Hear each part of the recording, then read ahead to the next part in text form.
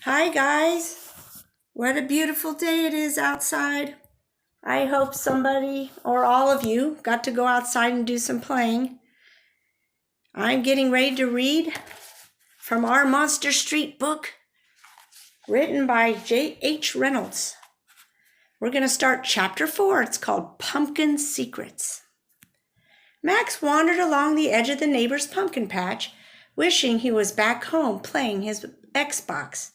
He already missed the electric pulse of the city, the noises, the movement, the surprises at every turn. Out here in the middle of nowhere, everything was too still, too quiet, and too boring. What kind of people don't have electricity in their house? This is the 21st century, he sulked. What am I supposed to do for the next 3 days? He glanced down at his red hoodie. The silver zipper gleamed in the afternoon light. He wondered how a piece of clothing could protect him from anything other than cold weather. Max then noticed a disfigured pumpkin growing nearby.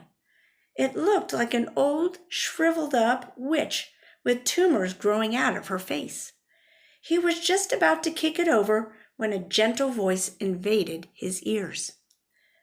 "Good afternoon, Mrs. Fezziwig." "Oh, hello there, Mr. Pickles. How are the kids, Mrs. Wormsworth?" Max turned and saw a girl about his age wearing overalls, her long brown braids bouncing around like jump ropes as she skipped through the pumpkin patch. She patted each pumpkin, speaking to them as if they were her best friends. Max couldn't decide whether he should say something, partially in fear for disturbing her daydream, but also because she suspected she might be crazy. He cleared his throat, deciding it best to make his presence known. The girl froze. She looked at him for an awkward moment with her soft brown eyes. "Do you have names for all the pumpkins?" Max finally asked, noticing that the blue ribbon in her hair matched the color of the sky. "Only the orange ones," she teased with a playful smirk. They both laughed.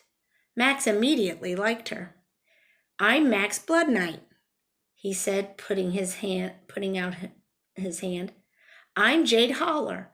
I live next door," the girl said, pointing to the white two-story house beyond the pumpkin patch. "You're not from around here, are you?" "It is that obvious?" Max asked. She shot a look at his trendy tennis shoes, the newest Vans on the market. They were a stark contrast from her muddy, well-worn boots. "Lucky guess," she said with a grin. "As you can imagine, we don't get many city kids around here." "I'm staying with my Gramps and Granny," Max said, motioning toward the cabin. The brightness in Jade's eyes instantly dimmed. "Oh," she said. "What's wrong?" he asked. Jade glanced down at the ground, unsure if she should say anything. "Oh, my dad tells me to stay away from them." "Really?" Max asked. "Oh, I just met them, but they seem nice." "Probably because you're their grandson," Jade said. "But my dad tells me to stay away from pretty much everyone." Max considered this for a moment, and then he remembered that Granny had told him not to trust anyone either, even the neighbors. "What does your dad do?" "He's a pumpkin farmer." Max looked around at the sea of pumpkins, realizing Jade's father had planted every one of them. "So, what do you do for fun out here besides naming pumpkins?" he asked, hoping to ease his way out of the conversation. "Well, don't get me wrong. I'm sure you make friends however you can in a place where there are only 634 people in the entire county, but, well, there used to be more people here," Jade revealed. "Well, what happened to all of them?" he asked. Jade took a careful step toward Max. "They disappeared." Max felt the breath leave his lungs. "Disappeared?" he replied. "I figured they had all just moved away over time." Jade shook her head and stepped closer to Max. "I'll tell you what I heard at school.